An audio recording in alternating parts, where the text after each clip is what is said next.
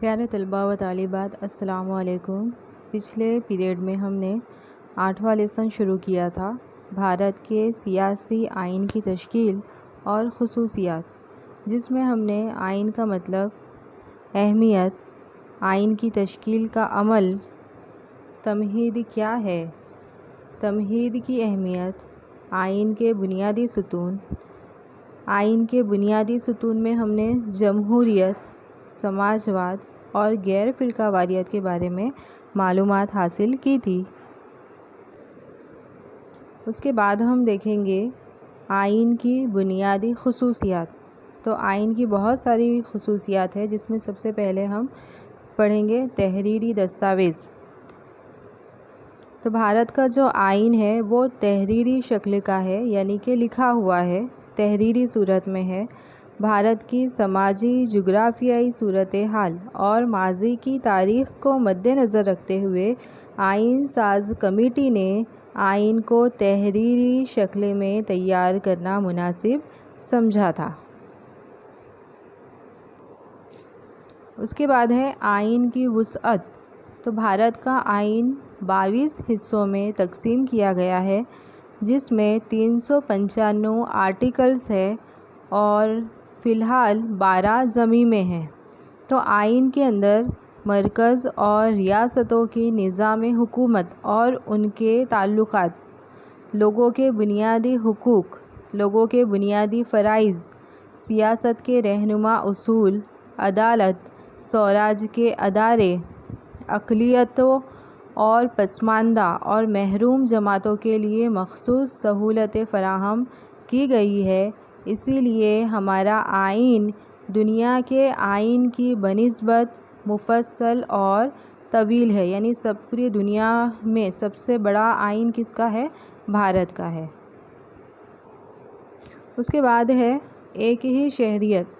تو امریکہ جیسے ملکوں میں تمام لوگوں کو دوہری شہریت حاصل ہے، یعنی ان کو 2 شہریت حاصل ہوتی ہے، یعنی ایک امریکہ کی اور دوسرا یہ کہ وہ خود جس ریاست میں رہتے ہوں اس ریاست کی بھی شہریت انہیں حاصل ہوتی ہے۔ اس طرح ان کو 2 شہریت حاصل ہوتی ہے، جبکہ بھارت کے کسی بھی ریاست میں ہم رہتے ہوں تو ہمیں ایک ہی شہریت حاصل ہوتی ہے، یعنی ہم سب بھارتی ہی مانے جاتے ہیں۔ تو ہمارے یہاں ریاست کی الگ کوئی شہریت نہیں ہے۔ اس کے بعد دیکھیں گے مضبوط مرکزی وفاقی نظام۔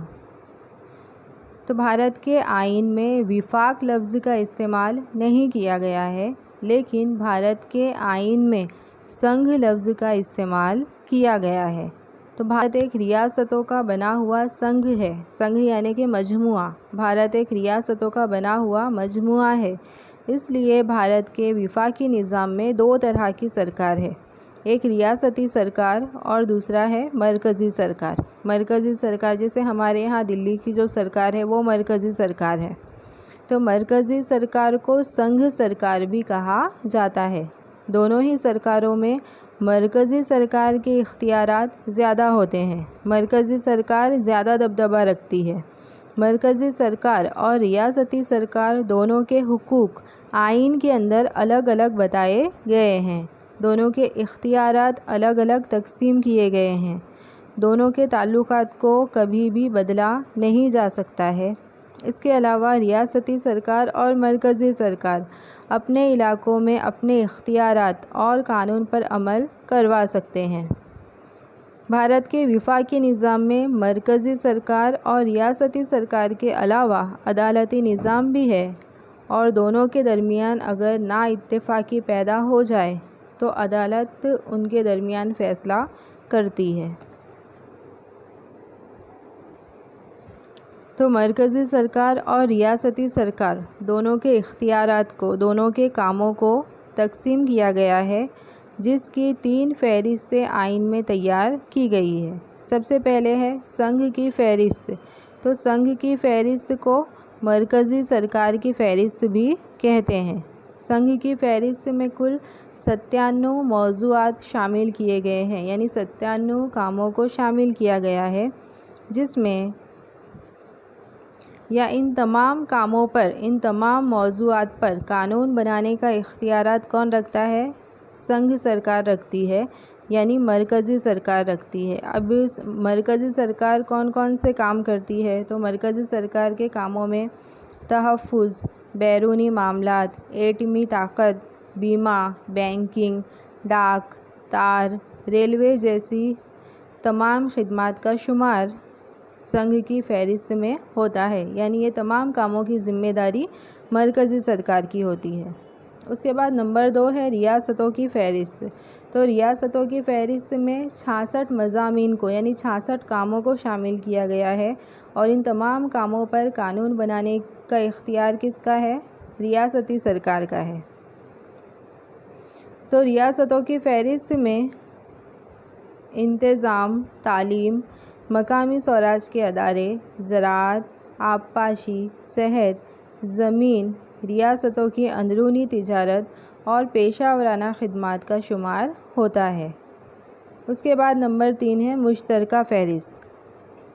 تو مشترکہ فہرست میں کل 47 موضوعات شامل کیے گئے ہیں، یعنی 47 کام شامل کیے گئے ہیں جس پر قانون بنانے کا اختیار مرکز اور ریاست دونوں کو حاصل ہے، یعنی ریاستی سرکار بھی بنا سکتی ہے اور مرکزی سرکار بھی قانون بنا سکتی ہے۔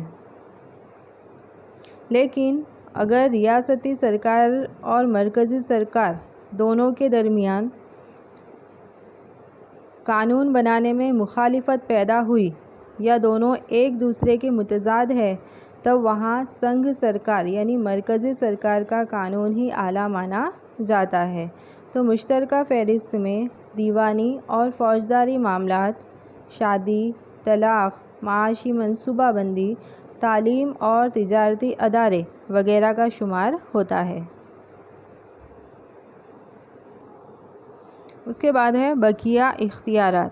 تو ایسے کام جنہیں سنگھ فہرست، مرکزی فہرست اور مشترکہ فہرست میں شامل نہ کیا گیا ہو، یعنی مرکز اور ریاستی سرکار کے درمیان تقسیم نہ کیے گئے ہوں، تو ایسے کاموں کو بقیہ اختیارات کہا جاتا ہے۔